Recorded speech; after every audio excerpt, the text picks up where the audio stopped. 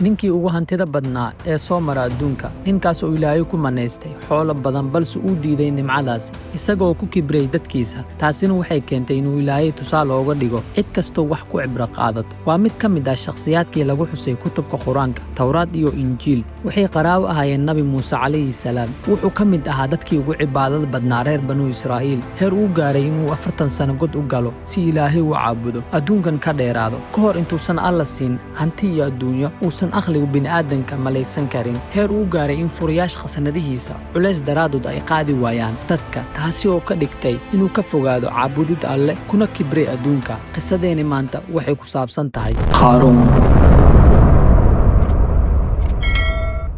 haddaba waa kuma Qaaruun? maxayse ahayd sirta caannimadiisa? Qaaruun waa wiilkii Cisgar binu Qaahid, ninka soo jeeda qoomkii Nabi Muuse calayhi salaam. waxaa la yidhaa waa adeerkii Nabi Muuse, maadaama Muuse uu ahaa wiilkii Cimraan binu Qaahid. sidaa darteed waa isku qaraabo. Qaaruun wuxuu ahaa wasiirka arrimaha Cibraaniyiinta xilligii Fircoon ee Masar. waxaa la sheegaa inuu ahaa ninkii ugu taajirsanaa ee dhulka xilligii uu noolaa, cidna kama horeen heerka taajirnimadiisa. waxaa la sheegaa in furayaasha khasnadihiisa ay aad u cuslaayeen, ilaa heer ay adkeed in ay qaadaan rag xoog badan. haddaba haddii furayaasha khasnadihiisa ay sidaan ahaayeen, ka waran khasnadaha laftooda? haddaba sidee ayuu ku helay hantida intaasi la eg Qaaruun? Qaaruun wuxuu ka mid ahaa dadkii raacsanaa Nabi Muuse, wuxuuna ahaa kuwoodii ugu cibaadada badnaa. wuxuu gaaray heer uu god galo si uu ugu dheeraado adduunka iyo fasahaadkiisa, isaga oo godkaasi ku jiray 40 sano oo Ilaahay caabudayay. laakiin Ibliis ayaa isku dayay inuu fasahaadiyo Qaaruun. Ibliis wadda kasta uu maray wuu fasahaadin waayay Qaaruun, ilaa uu isku soo ekeysiyey sida qof oo kale, uguna yimid godkii uu Qaaruun ku jiray. wuxuu u sheegay inuu doonayo inuu Alla la caabudo, godkana kula jiro.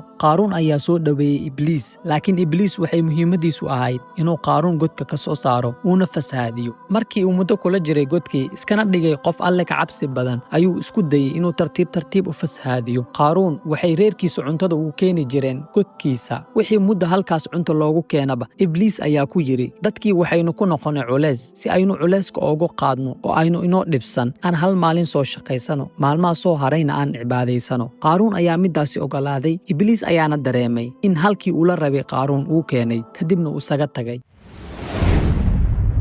Qaaruun ayaa Ilaahay u furay adduunkii, u barakeeyey xoolihiisa. hantidiisu waxay ahaayeen kuwa aan la soo koobi karin. waxaa la sheegaa in xataa furayaasha khasnadihiisa ay aad u cusulaayeen, ay u baahan yihiin rag xoog badan inay qaadaan. marka uu marayo waddooyinka, wuxuu isku muujin jiray hantida uu Alla ku galaday. wuxuu soo bixi jiray isagoo sita dhar kuwa ugu quruxda badan, kor u sidaan shaqaalihiisa, la socdaan fadha lagu xardhay dahab. dadku dhow meelaha uu marayo waxay ku hamin jireen hantidiisa oo kale. laakiin kuwa cabsida eebba leh ayaa ugu digay kibirkiisa, waxayna u sheegeen inuu xasuusto in hantida iyo haybadda adduunka aysan ahayn wax weligood soconayaan. hantidan iyo adduunkan gacanta loo geliyey Qaaruun wuxuu ka qaaday kibir iyo isla weyni, ilaa Nabi Muuse uu kula taliyey inuu kibirka iska ilaaliyo, maadaama uusan kibirka Alla jecleen. laakiin Qaaruun ayaa si isla weyni ku jirta ugu jawaabay, hantidan waxaan ku kasbaday aqoonteydu, ee maahan wuxuu Alla i siiyey. markii uu Ilaahay ku soo dejiyey Nabi Muuse xukunkii sakada, maadaama Qaaruun uu ahaa ninkii ugu hantida badnaa, wuxuu u sheegay in xoolihiisa ka bixiyo saka, oo uu sheegay in 1,000 diinaar uu ka bixiyo 1 diinaar, sidoo kale 1,000 darhanna uu ka bixiyo 1 darhan, xoolahana sidoo kale 1,000 neef uu ka bixiyo 1 neef. laakiin Qaaruun ayaa ku qancin hadalkii Nabi Muuse calayhi salaam. kadib intay fikireen asagii iyo maalqabeennadii kale, ayuu yidhi Qaaruun, waxaan keenaynaa habeenay, waxaynu siinaynaa xoogaa dhaqaalo, kadibna waxaynu dhahaynaa ku been fura Nabi Muuse calayhi salaam oo dheh wuu igu sinaystay. kadib markii habeenaydii siiyeen lacagta, sidii caadadayd, Nabi Muuse ayaa bannaanku soo baxay maalinkii xigtay si uu dadku ugu yeero diinta. Qaaruun oo xalay sii degay qorsho ayaa u yimid Nabi Muuse, wuxuuna dadka hortooda ku weydiiyey, qofkii qof ku sinaysto maxaa lagu samaynayaa? Nabi Muuse calayhi salaam ayaa yidhi, qofkii sinaysta isagoo xaas lahayn waxaa la